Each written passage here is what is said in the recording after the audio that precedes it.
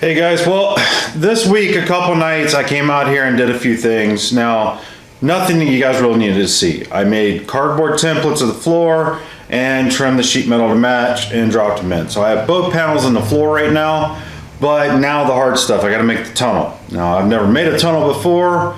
I've cut them and raised them and things like that, but never from scratch. So what I've done is I've taken the first piece, I've put it through my roller, which does not work too great, but it's close enough.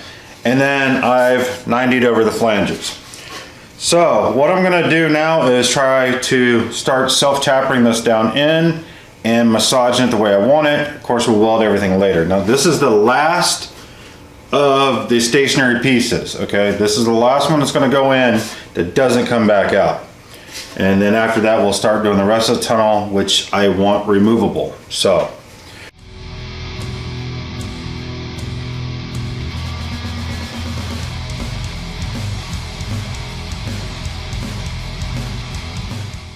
So look, it can be really intimidating when you're looking at sheet metal and trying to figure out how to bend things, how to move things, how to get it where you want. And the easiest way, even with curves and everything else, is use poster board. Okay, it's really pliable, it's really flexible, so you can really kind of mold it to what you want. Now what I'm doing here is I've got areas of pockets that I don't like. So what I'll do is I'll take a razor blade and I'll slice that area out. Okay, so once I cut it, now I can fold it over and line it up the way I like, take all the slack out, and then I just use like packing tape or any tape that'll hold. I just happen to have this around, and I'll tape it back together. So when I unfold this out, I should have a flat shape that I can copy to sheet metal and then bend up and be good. So that's what I'm doing right now, is just arts and crafts here, trying to put this together so I can figure out what piece of sheet metal I need for this. And the other good thing is with the poster board, you can just make notes on it. Like I need another 1/2 inch here, so I'll draw it on here and make myself a note for a 1/2 inch. And that way I know where to put it. And then this front is too long, so I'll just trace it with a Sharpie and get it all together and transfer it to sheet metal. So, the biggest thing is though, make sure you tape it really well so that all the adjustments you made, you don't lose when you take it off. Looks horrible, but it'll be fine on a piece of sheet metal.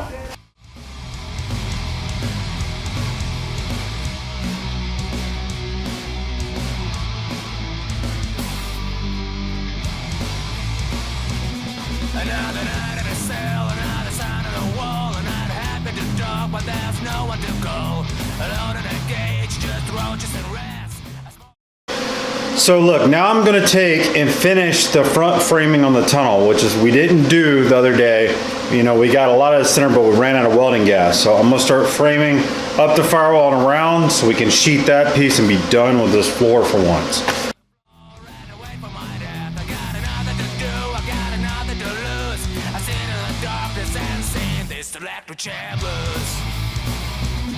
They will kill me tomorrow, but I feel so well. Tonight my neighbor went away in the hell. This cock sucking boss at Harry Sick's reward. Cracking on bones and boiling on blood. Well, this side's getting a little tricky, all right, because the brake pedal or gas pedal assembly is right here, but I need the room to be able to get to the transmission and the headers. So I pushed it as far as I can. We already know I've got to move all the pedals to the left. So I'm gonna use the housing and I'll just put a new rod on it that comes over and clears this.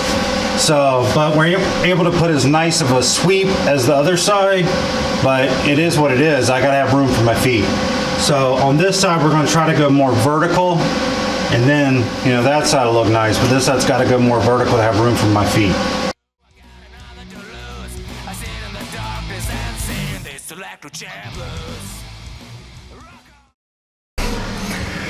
All right, well, it's all done, luckily, because I only have about this much square tubing left.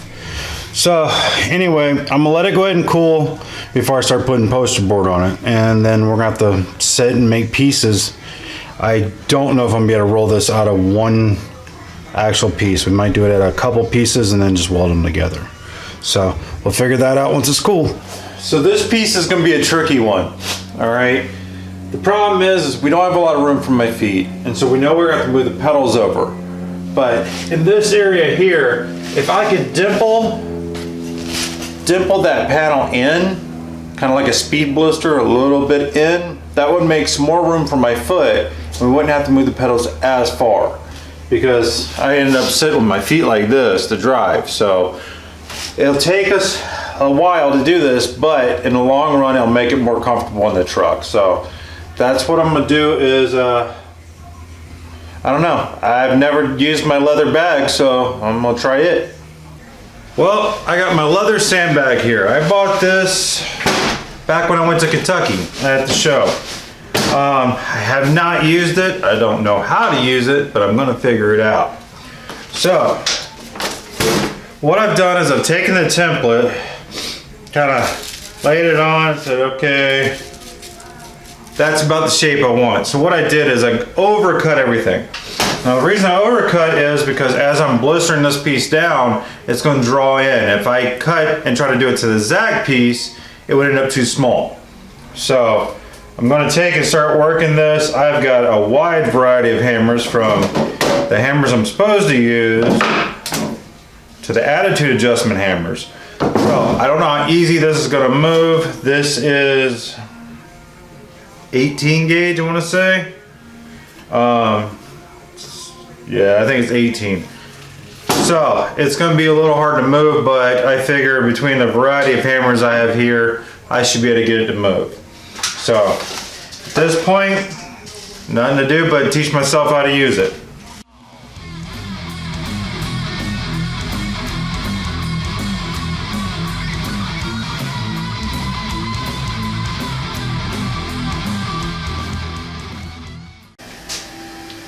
All right, now that I've beat out most of the shape, I'm gonna try out another new tool that I have, which is a plenishing hammer. I picked this one up online pretty cheap. Never used it, so this is the first time. Once again, the only way to learn is screw it up. So, gonna give this a shot and see if I can work this out a little more.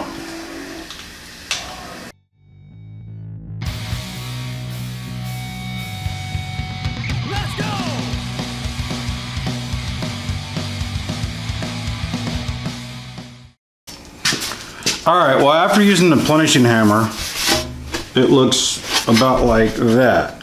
So it really smoothed out a lot of the hammer marks and everything. So I like the tool. I'll definitely be using it more and teaching myself more on it. Now, since it's the day of using tools I never have used before, I broke up my little picture frame English wheel. So I'm gonna try to just smooth it a little more. If it starts turning over, I'll just stop here. I mean, I got the shape I want, it's just not as clean as I would like. So, but anyway, I'll give it a shot, give it 20 minutes or so. If it turns into a fiasco, I'll just stop and leave it there.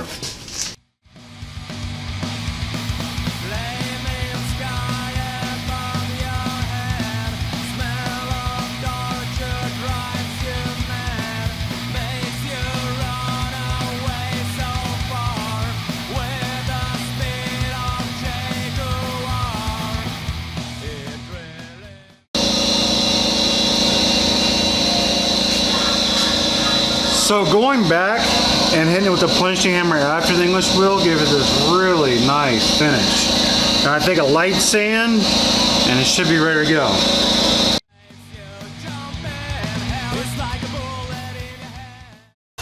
Well, it's not perfect, but I mean, for my first time using a bag, an English wheel, and a plenishing hammer, I'm pretty happy. So now I need to transfer my template onto this, incorporating the dent, divot, whatever you want to call it, speed bump, whatever. So I need to incorporate this into it, trim it, and then we can try to get it into the truck. I'm hoping this thing is supposed to bend slightly the other way, Yeah. So, all right, let's get this traced. All right, note to self, before you spend all that time beating out the blister, you probably should trace the template on there so you know exactly where you're hitting. I thought it'd be smarter to beat it out, and then if I needed to turn the template, whatever, it'd be fine. Well, I've got it divoting in, and I've got to beat some of it back straight now. So I'm gonna work on that right now. Hopefully it doesn't ruin everything, but that's what I gotta do.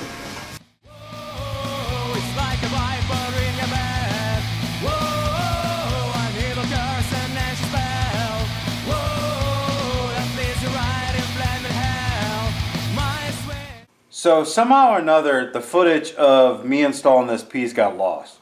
But I just want to take a minute, come back and show you guys right here what it looks like installed.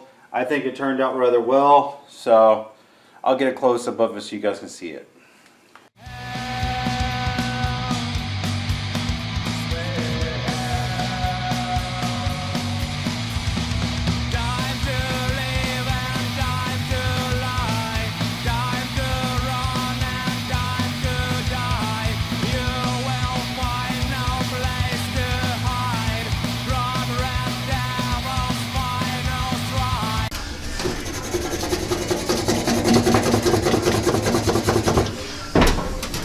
Just like when you were in school and you used to lay a coin on a piece of paper and shake it, you know, shake it back and forth. Do the same thing for this last piece. That way it's definitely going to fit. You just got to make a tracing of it. So, simple as taking a pencil.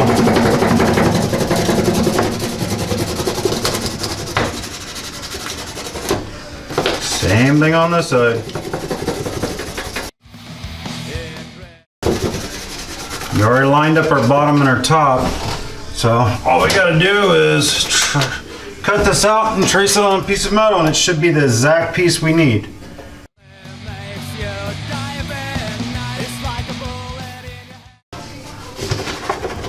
And just like that, we got our piece.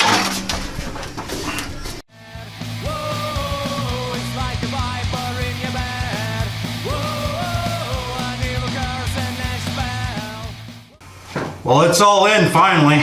I know a lot of you wonder, why didn't I just buy a pre-made tunnel? Well, if you can look at this way, it has to flare way out to the right to fit over the exhaust. So there's nothing I could have bought that would have worked, and this turned out to be probably way cheaper than any tunnel I could buy. But for my first tunnel, I don't feel like it's that bad. So what I'm gonna do now is start on the dash, and I'll slowly come back and weld more on the tunnel, nice and slow so it doesn't bulk can. I'll be doing the floor too. So in between panels on the dash, I'm gonna jump around and weld some of this. But first off, I gotta figure out how to do this dash. Well, I'm gonna cut the video right there for this week. I got a lot done this weekend, and it's way too much to show in one video. So as of right now, the tunnel is completely done. I'm happy with it. It gives me enough room for everything I want it to do. Not sure if I'm going to be leaving it raw steel, carpeting, what I'm going to do. But anyway, so we got that off our plate. We're moving ahead. So let's talk about tools, okay? So my tool review, I know I haven't done it in a while, but hey, I got some new tools I use today. So the leather bag and the hammers and the shaping hammers, everything I had, they're from Dagger Tools. I bought them at the show in Kentucky. They ran me about 50 bucks, maybe a little more. I think it was a show special. I like it. It's pretty cool. It is a pain to put the sand in the bag, but once you got it in there, it doesn't come out. So I can see the ability to do a lot more with this. Now, the plenishing hammer, I think it's Clutch is the brand. I bought it online, cost me about 200 bucks. I didn't need a stand, I didn't have any of that, so it was a little bit cheaper to do it that way. Worked good, no problems. Can see the potential on that tool also. Now, the English wheel that I used, that one is called a picture frame size. it's just nice because I am so pressed for space in here. I don't have the room to have a full-size English wheel. Down the road, when I maybe have a shop, I'll get a full-size English wheel. But learning the capabilities of that too, can see where it's useful. The other tool that you guys saw me use today is the portable bandsaw from Bear. It's Harbor Freight, okay? They've renamed a lot of their tools and things like that.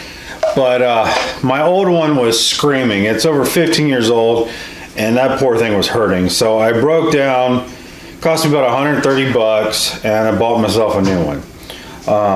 Couple different features on it that I like. There's a speed control. So when I'm cutting thicker steel and whatnot, it's just like using a drill bit. I can slow it down and get the best cut. It is heavier than the old one. It is almost twice the weight of the old one. But the only problem I have with this saw is that on the back side, there's no guard, okay? My old one had a guard on it. So, and I would get it real close to my body when I'm cutting different ways. You gotta be careful with this one. Because of no guard, shirt could get pulled into it, something like that. So I'm learning to be a little safer with this one. But so far so good. I've made probably a couple hundred cuts on this blade, and looks like it's holding up because I can control the speed. I'm not running wide open through everything, so I'm happy with that. All right, the last tool I want to talk about is the 3-in-1 shear, brake, and roller that I have from Harbor Freight. Now this thing runs you about 300 bucks. It only has like a 30-inch capacity, which is fine for most stuff I do. I.e. why I have so many small pieces of metal in the shop. It works. If you're gonna cut, it says it'll do 16 gauge. If you're gonna cut 16 gauge with it, you better hope you're 200 plus pounds, because you can put your whole weight into it to get it to cut. A lot of guys that said, oh, it's just an adjustment. I did it all. Okay, you want to cut 16 gauge, I have to jump on it in order to freaking get it to cut. The roller, I'm gonna have to figure that out. Now the brake, all day long, perfect. 90 degrees, whatever. Move the fingers around for a finger brake, awesome deal. Shear, if you're doing 20 gauge, all day long, no issues. But if you're trying to push it to its capacity, it gets a little rough. Other than that, I mean, some sharp edges on the handle that'll cut your hand. You gotta, you know, fine tune a few things when you start using it. But all in all, hey, it's much cheaper than a $1,000 one. So, well guys, there'll be more videos coming this week. I was really happy with the progress we made this weekend. Some of you guys have already seen where I'm at because you followed me on Instagram and Facebook. Broke Bastard Garage, simple, easy. Because I do post pictures of stuff as I get done. If I'm happy with it, I'll throw up a photo. So for those of you, some of you guys have already seen how far the truck got. But everybody else, more videos coming this week. You'll see all the progress. So do me a favor, guys. If you like this video, like and subscribe. And if you want to see other ones, there'll be a link coming up over here. All right, let's see those bloopers from this week.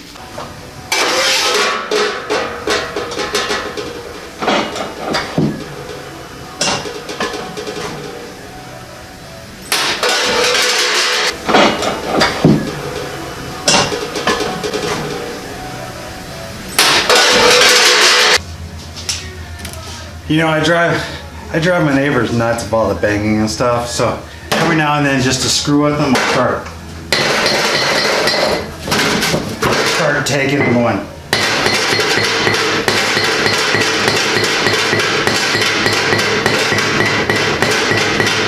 Just freak them out, just so they don't, what in the world I'm doing in here. It got lost, so I'm clipping this back in right now. Thanks, Salem. Really? All up in my grill, dude. Really? Just in my grill. This cat knows I'm freaking allergic, and he just won't leave me alone. Come here.